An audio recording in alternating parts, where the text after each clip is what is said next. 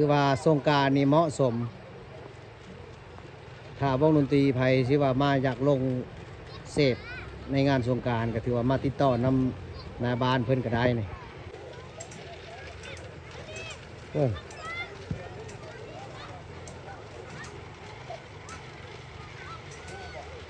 น้ำบ่เลิกได้พี่น้องเด็กน้อยลิ้นนี่เด็กน้อยลิ้นก็สบายเพียงแอวนี่โอ้โอ้โหใส่เต็มเหนียวเลยก่อนหับส้มคลิปฝากกดไลค์กดแชร์แล้วกดติดตามทางช่องเพจและเฟซบุ๊กหรือช่อง YouTube คำมั่นวิถีลาว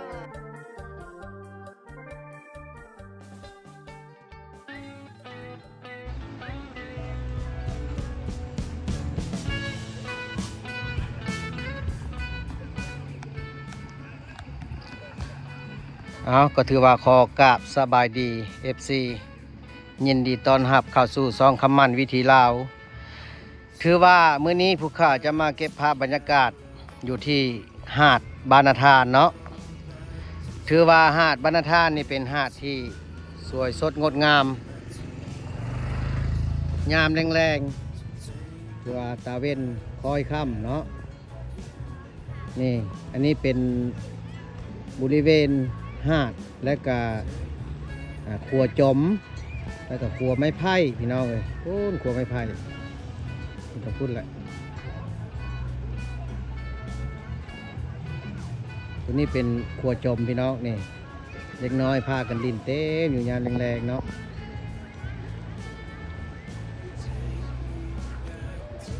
ถือว่ามี FC ท่านหนึ่งเนาะที่ว่ามาให้รีวิวหาดบ้านธารให้เบิ่งแน่ว่าซั่นถือว่าหาดบ้านธารนี่ก็เป็นหาดที่ว่างามตื้นน้ำก็บ่เลิกยามแรงก็มีชาวบ้านเพิ่นพากันมาลิ้นนั่งกินเหล้ากินเบียร์อยู่แคมน้ำนี่แหละพี่น้องถือว่าอันนี้ก็เป็นบรรยากาศยามแรงๆอยู่ที่ท่าน้ำบ้านธารแล้วและบ้านนาฮีเนาะเพราะว่าฝั่งทั้งพุ่นนี่เป็นบ้านนาฮีฝั่งทั้งนี้เป็นบ้านธาร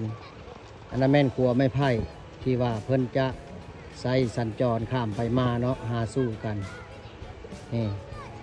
เป็นครัวไม้ไผ่ของชาวบ้านนาฮีเพิ่นมาสร้างไว้แต่ว่าใช้ร่วมกันเนาะแขกทั้งไกลไทยทั้งอื่นมากก็ถือว่าข้ามไปยังครัวนี้ถือว่าข้ามไปยังบ้านนาฮีไปไหว้พระธาตุเกศแก้วแล้วช่วงสงกรานต์นี่เพิ่นจะมาลงอยู่นี่พี่น้องมีสงกรานต์เนาะหาดบานธารนี่ตอนนี้ก็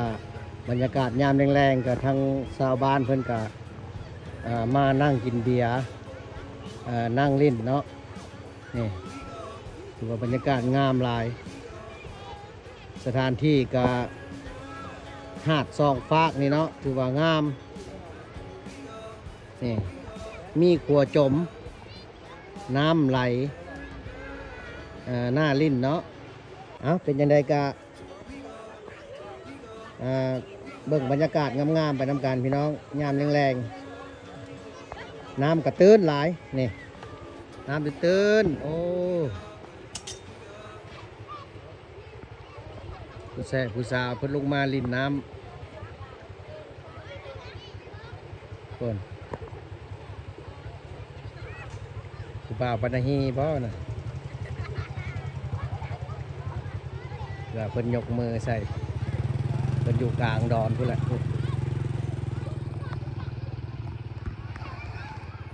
บรรยากาศยามแรงนี่ถือว่าโอเคขนาดพี่น้องโอ้งามหลายถือว่าหาดนี้เพิ่นจะมีวงดนตรีมาลงทุกๆปีได้แต่ว่าปีนี้นี่ท่านใดที่ว่าอยากมาลงนี่ติดต่อผู้พันเขามาเด้อนี่ถือว่าสำหรับปี2025นี้ยังบ่เห็นวงดนตรีที่ว่าอยากมาติดต่อลงท่านใดที่ว่าอยากมาเสพงานสงกรานต์เนาะมาติดต่อนำนายบ้านเพิ่นได้นี่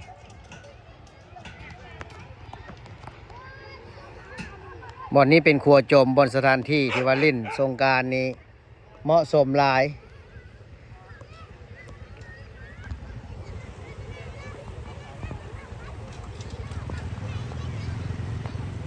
อันนี้เป็น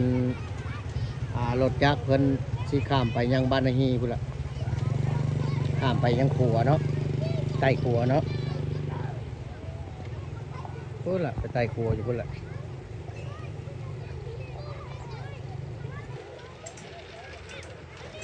พุ่น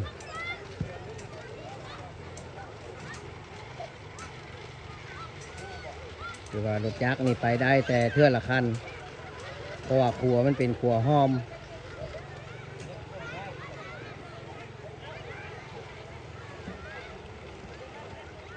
บรรยากาศยามแรงนี่งามหลายพี่น้อง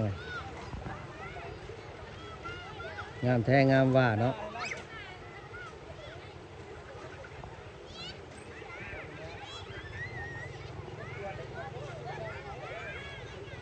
มีภูผาป่าดงหอบอ้อมหอบ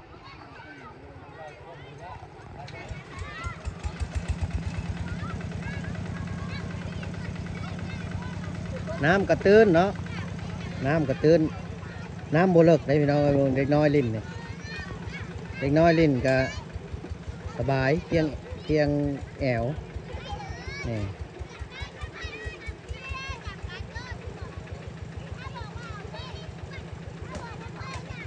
ถือว่าเด็กน้อยเพิ่นมักลิ้นแบบนี้เนาะ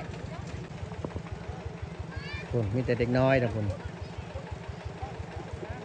ผู้ใหญ่อะไรบ่เห็นอะไรระวังเนาะน้ำไหลแห้งถ้าผู้ดีลอยน้ำเป็นกับบ่ว่าเนาะ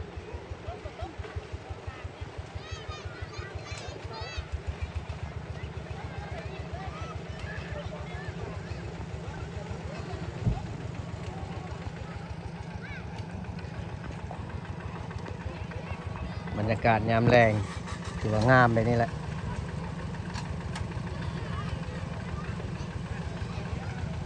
ชาวบ้านเพิ่นก็มาแต่หาอยู่หากินมาแต่ให้แต่หน้าก็มาแวะอาบน้ำสิก่อนจึงเมื่อเนาะ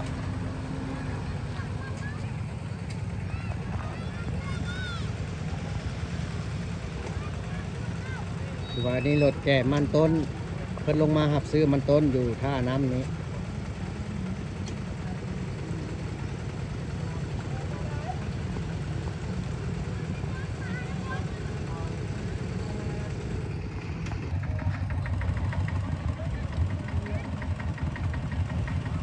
อันนั้นเป็นเฮือที่ว่าเพิ่นลำเลียงมันต้นข้ามมายัง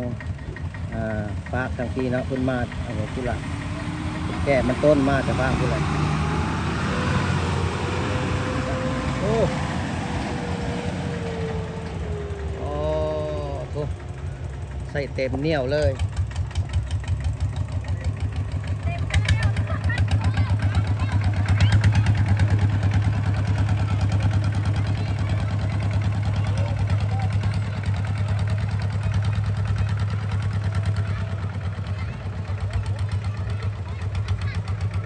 อันนี้เป็นท่าน้ำระหว่างบ้านนาฮีเลยนะท่าเด้อพี่น้องเด้อบางท่านก็ยังบ่เคยมาลินมาเที่ยวเนาะก็ถือว่าบ่ท่านได้เคยเห็นก็มีแต่ว่าผู้ค้าก็อยากแนะนำให้ฮู้ว่าท่าน้ำระหว่างนาฮีเลยนะท่านี้โอ้มันสวยสดงดงามหลายพี่น้องเลยโอ้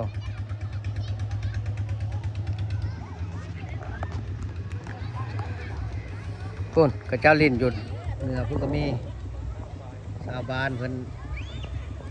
ผู้แซ่ผู้สาวเพิ่นพากันลิ้นน้ำอยู่เนื้อพุ่นได้